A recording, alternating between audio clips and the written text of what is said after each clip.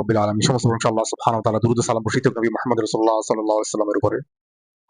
তো প্রত্যেক মুসলমানের উচিত নিজেকে নিয়ে ভাবা যে সামনে আমার আখিরাত, আমি সেখানে কিভাবে কামিয়াব হব, ওই চিন্তা বিক্রি করা। তো স্যার একটা কথা বলতেন, খন্দকার আব্দুল্লাহ জাহাঙ্গীর রহমাহুল্লাহ, যে আমরা দেশ দশ নিয়ে ভাবি, কিন্তু এতটাই ভাবি যে আমাদেরকে নিয়ে ভাবার আর সময় আমাদের হয়ে ওঠে না। তো দেখা যায় যে আমরা এক সময় ভাবাভাবি থেকে যাবে, শুধু থাকবো না আমি। তো আসলে আমরা আমরা যদি অতীতে কোনো ভুল করে থাকি, সেটার জন্য আল্লাহর কাছে আমরা তওবা ইস্তেগফার করবো, মাপ চাইবো, এবং ভবিষ্যতে যেন কোনো ভুল না হয় সেজন্য আমরা চৌকন্ন থাকবো এবং চেষ্টা অব্যাহত রাখবো। যে প্রথম নিজে দিনের উপর চলা এবং নিজের সন্তানদেরকে, ফ্যামিলি মেম্বারদেরকে দিনের উপর চালানোর চেষ্টা ফিকির করা।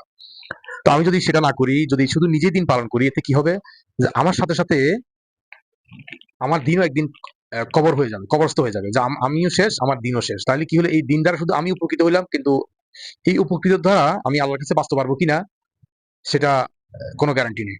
আমি নিজের দিনের উপর চলবো এবং অপরকে দিনের উপর চালানোর চেষ্টা করবো, তাহলে এই দিন আপনার আহাল থেকে আহাল পর্যন্ত, প্রজন্ম থেকে প্রজন্ম পর্যন্ত এই সিলসিলা জারি থাকবে, এবং আমি মৃত্যুর পর সেটা দিয়ে লাভবান হতে থাকবো। এই জন্য একজন মুসলমান উচিত যে আমি যতটুকু আমল করবো বা আমি যতটুকু জানবো, অন্যকে জানানোর চেষ্টা করা। তো অন্যকে জানানোর চেষ্টা করা মানে তাকে আমি নসিহত করতেছি, তার মানে এটা না যে আমি তাকে হেদায়েত করতেছি। আমি তাকে নসিহত করার উদ্দেশ্য একটাই, বা তার সাথে কিছুদিন আলোচনা করার উদ্দেশ্য এটাই যে অন্তত এটার দ্বারা আমার ইমান বৃদ্ধি পাবে, আল্লাহ আমাকে আমল করার তৌফিক দান করবে। আপনি দেখবেন যে যত দাওয়াতি কাজ করছে, আল্লাহ সুবহানাহু ওয়া তাআলা তার সম্মানকে বাড়িয়ে দিন যদি সেটা সে আমল করে থাকে। কিন্তু একটা লোক না খুব শিক্ষিত, কিন্তু সে কোনো কাজকর্ম করে না, চাকরি করে না, বা মাস্টারি বা শিক্ষকতা করে না, তো তাকে কেউ স্যার বলে সম্বোধন করে না, বা তাকে কেউ চিনে না, যদি সে শিক্ষাটাকে কাজে না লাগায়। আমি দাওয়াতি কাজ করব, অথবা আমি যেটা শিখছি বা আমি যেটা করি সেটা যদি মানুষকে না জানাই, তাহলে সেটা দিয়ে শুধু আমি উপকৃত হব, কিন্তু অন্যরা উপকৃত হতে পারবে না। আর যখন অন্যরা উপকৃত হবে, তো আল্লাহ সুবহানাহু ওয়া তাআলা দুনিয়াতে আমার সম্মান বাড়িয়ে দিবে, মৃত্যুর পরও আমাকে আরো অধিক সম্মানিত করবে। অন্যের হেদায়েত না, নিজের হেদায়েতের জন্য আমি দাওয়াতি কাজ করব। তো আপনি সর্বপ্রথম যারা দিনদার মহিলা বিবাহ করছেন, আলহামদুলিল্লাহ, আল্লাহ শকর, জান্নাত তাদের ঘরের মধ্যে। আর যারা বেদিন, আসলে আমরা তো দিনদার বিবাহ করার চেষ্টা করি না, আমরা সুন্দরী, বংশগত, শিক্ষকতা কি আছে সেটা দেখি, দিনদার আমরা প্রাধান্য দিই না।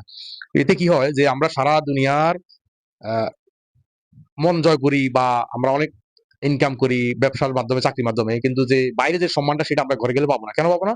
ওই যে আমরা দিন শিখে নেই, তার কাছে মনে হবে যে কি করে আসছো তুমি। এই জন্য আমি আগে মনে করতাম যে আসলে আমি যতটুকু দিন পালন করি, এই পালন মাধ্যমে আমি আমার অর্ধাঙ্গিনীকে সোজা করে তুলবো, সে উল্টাপাল্টা হোক, কিন্তু আমি তাকে সোজা করবো। এখন দেখে না, উল্টা সে আমার সোজা করে। তো সে সারা জীবন একটা বেদিন পরিবেশে গড়ে উঠছে, তাকে আপনি হুট করে দিনের পরিবেশে আনবেন, সেটা হইতে পারে না। সে বলবে সমাজ এগুলো চলে না, এগুলো এখন আগের মতো যুগ না। সে আপনাকে যুগের কথা বলবে, সমাজের কথা বলবে। ইসলাম কি বলছে, সে